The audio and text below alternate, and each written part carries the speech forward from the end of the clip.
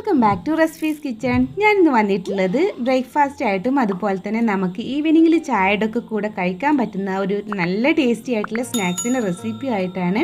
ഇതുപോലെ ഉണ്ടാക്കി നോക്കുകയെന്നുണ്ടെങ്കിൽ കുട്ടികൾക്കും അതുപോലെ മുതിർന്നവർക്കൊക്കെ ഒത്തിരി ഇഷ്ടമാവും കേട്ടോ. അത്രയ്ക്ക് നല്ല ടേസ്റ്റിയാണ്, നല്ല സ്വീറ്റ് ആയിട്ടുള്ള റെസിപ്പിയും കൂടെയാണ്. അപ്പോൾ വീഡിയോ ഇഷ്ടമാണെന്നുണ്ടെങ്കിൽ ഒന്ന് ലൈക്ക് ചെയ്യാനും അതുപോലെ നിങ്ങളുടെ ഫ്രണ്ട്സും റിലേറ്റീവ്സ് ആയിട്ടൊക്കെ ഒന്ന് ഷെയർ ചെയ്യാനും കൂടെ മറക്കരുത്.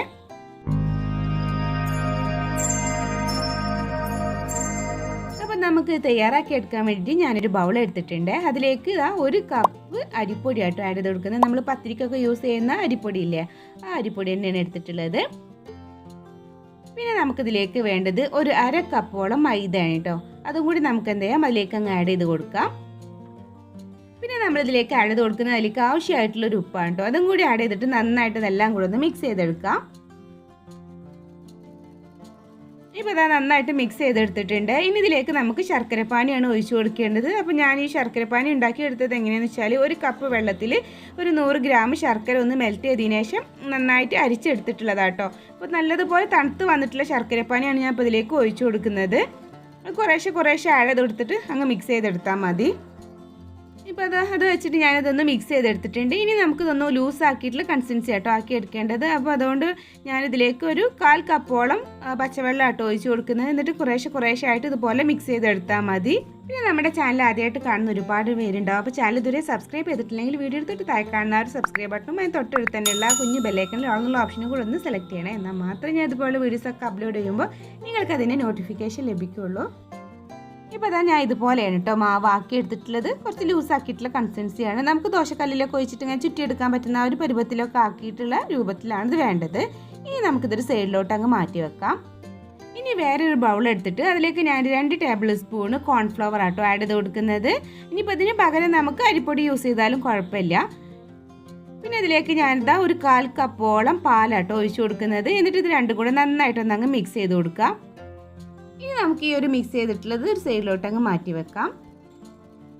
ഇനി നമുക്ക് സ്റ്റൗവിൽ ഒരു പാൻ വെച്ചിട്ട് അതിലേക്ക് 2 കപ്പ് പാലാട്ടോ ഒഴിച്ച് കൊടുക്കേണ്ടത്. അപ്പോൾ ഞാനിതിൽ 2 കപ്പ് പാലാണ് എടുത്തിട്ടുള്ളത്. ഇനി ഇത് ഒന്ന് തിളച്ച് വരട്ടെ. തിളച്ച് വന്നതിന് ശേഷം നമുക്കിതിലേക്ക് ബാക്കിയുള്ള ഇൻഗ്രീഡിയൻസ് ആഡ് ചെയ്ത് കൊടുക്കാം. ഇപ്പോൾ ഇതാ പാലൊക്കെ നന്നായിട്ട് തിളച്ച് വന്നിട്ടുണ്ട്. അപ്പോൾ ഇടയ്ക്ക് ഇതുപോലെ ഒന്ന് ഇളക്കി കൊടുക്കുക കേട്ടോ. നമ്മൾ തിളക്കാൻ വെക്കുകയാണെന്നുണ്ടെങ്കിൽ ചിലപ്പോൾ അടിക്കൊക്കെ പിടിക്കാൻ ചാൻസ് ഉണ്ട്. ഇനി നമ്മളിതിലേക്ക് ആവശ്യമായിട്ടുള്ളൊരു മധുരമാണ് ആഡ് ചെയ്ത് കൊടുക്കേണ്ടത്. അപ്പോൾ അതിന് വേണ്ടിയിട്ട് ഞാനൊരു 3 ടേബിൾ സ്പൂൺ പഞ്ചസാര കേട്ടോ ആഡ് ചെയ്ത് കൊടുക്കുന്നത്. നമുക്ക് എത്രത്തോളം മധുരം വേണം അതിനനുസരിച്ചിട്ട് ആഡ് ചെയ്ത് കൊടുത്താൽ മതി. പിന്നെ അതാ ഒരു 1/2 ടീസ്പൂണിൻ്റെ അടുത്ത് കണ്ടിട്ട് ഏലക്ക പൊടിച്ചതും കൂടി ആഡ് ചെയ്ത് കൊടുക്കുന്നുണ്ട് കേട്ടോ. ഇനി ഇത് രണ്ടും കൂടെ കുറച്ച് ടൈം ഒന്ന് കിടന്നിട്ട് തിളക്കട്ടെ.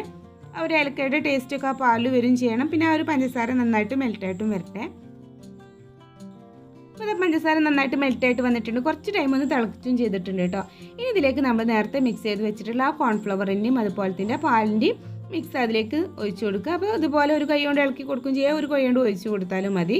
എന്നിട്ട് നന്നായിട്ട് ഇതുപോലെ ഒന്ന് കുറുക്കി എടുക്കണം കേട്ടോ. അപ്പോൾ മീഡിയം ഫ്ലെയിമിൽ വെച്ചാൽ മതി. ഇത് നല്ല തിക്കായിട്ടുള്ള കൺസിസ്റ്റൻസിയാണ് നമ്മളിത് ആക്കി എടുക്കേണ്ടത്. അപ്പോൾ കുറച്ച് ടൈം എടുത്തിട്ട് തന്നെ നമ്മളിത് തിക്കായിട്ടുള്ള കൺസിസ്റ്റൻസി ആക്കി എടുക്കുക കേട്ടോ. അപ്പോൾ അത് നല്ല തിക്കായിട്ടുള്ള കൺസിസ്റ്റൻസി ആയി വന്നിട്ടുണ്ട്. ഇങ്ങനെ പാനിൽ നിന്ന് ഇങ്ങനെ വിട്ടു പോരുന്ന ആ ഒരു രൂപത്തിലാണ് കേട്ടോ നമുക്ക് ആവേണ്ടത്. അപ്പോൾ ഇനി ഫ്ലെയിമൊക്കെ ഓഫ് ചെയ്യാം. അപ്പോൾ ഇത് പുറത്ത് വെക്കുന്നതോട് കൂടിയിട്ട് ഒന്നും കൂടി ഒന്ന് നല്ല തിക്കായിട്ട് വരും. അപ്പോൾ അത്രയും കൺസിസ്റ്റൻസി മതി കേട്ടോ നമുക്ക്. ഞാൻ ഫ്ലെയിമൊക്കെ ഓഫ് ചെയ്തിട്ട് ഇത് മാറ്റി വെക്കുകയാണ്. ഇനി നമുക്ക് അടുത്തതായിട്ട് നമ്മൾ നേരത്തെ മാവ് ഉണ്ടാക്കി വെച്ചിട്ടില്ല, ഒന്ന് ചുട്ടെടുക്കാനുണ്ട്. അപ്പോൾ അതിന് വേണ്ടിയിട്ട് ഞാനിതാ ഒരു പാൻ വെച്ചിട്ടുണ്ട്. ഇതൊന്ന് ചൂടായിട്ട് വരട്ടെ. അപ്പോൾ ഇതാ പാന് നല്ലതുപോലെ ചൂടായിട്ട് വന്നിട്ടുണ്ട്. ഇനി ഇതിലേക്ക് നമുക്ക് ഒരു കയ്യിൽ മാവ് അങ്ങ് ഒഴിച്ചു കൊടുക്കാം. എന്നിട്ട് നമുക്ക് ജസ്റ്റ് ഇതുപോലെ ഒന്ന് ചുറ്റിച്ച് കൊടുക്കാം കേട്ടോ. അതേപോലെ ഒന്ന് വെറുതെ അങ്ങ് ചുറ്റിച്ച് കൊടുത്താൽ മതി. അപ്പോൾ അധികം തിക്നെസ് ഉണ്ടാവുന്ന ടേസ്റ്റ് ഉണ്ടാവില്ല. കുറച്ച് നൈസായിട്ടുള്ള അപ്പാവുമ്പോഴാണ് ഒന്നും കൂടി ടേസ്റ്റ് ഉണ്ടാവുക കേട്ടോ. ഇനി നമുക്കൊരു മീഡിയം ഫ്ലെയിമിൽ വെച്ചിട്ട് ഇതൊന്ന് വേവിച്ചെടുത്താൽ മതി.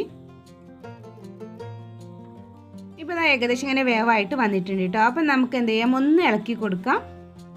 അതൊന്ന് പെട്ടെന്ന് തന്നെ അങ്ങ് വിട്ടുപോരാൻ വേണ്ടിയിട്ട് ജസ്റ്റ് ഇതുപോലെ ഒന്ന് ഇളക്കി കൊടുക്കുക കേട്ടോ.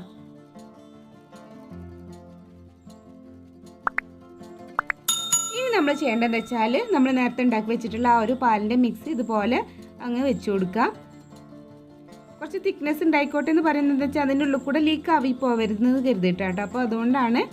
ഇനി പതുക്കെ സൈഡ് വെച്ചിട്ട് ഇതുപോലെ ഒന്ന് അങ്ങ് റോൾ ചെയ്തെടുത്താൽ മതി.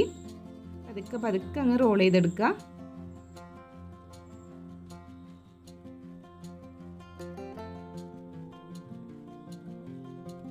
ഇനി നമ്മൾ എന്ത് ചെയ്യുക, ഇത് കുറച്ച് ടൈം ഇതുപോലെ തന്നെ അങ്ങ് വെച്ച് കൊടുക്കുക കേട്ടോ. കുറച്ച് ടൈം മതി. എന്നിട്ട് നമുക്ക് ഇതിൽ നിന്ന് അങ്ങ് എടുക്കാം. ഇനി നമുക്കിതൊരു പ്ലേറ്റിലോട്ട് അങ്ങ് മാറ്റിയെടുക്കാം. അപ്പോൾ അതാ നമ്മൾ ടേസ്റ്റി ആയിട്ടുള്ള സ്നാക്സ് റെഡി ആയിട്ടുണ്ട്. കുട്ടികൾക്കൊക്കെ ഒത്തിരി ഇഷ്ടമാവും കേട്ടോ ഇതുപോലെ ഉണ്ടാക്കി കൊടുക്കുകയെന്നുണ്ടെങ്കിൽ. അപ്പോൾ അതാ ഇനി ബാക്കിയുള്ളതൊക്കെ ഇതുപോലെ തന്നെ ചെയ്തെടുത്താൽ മതി.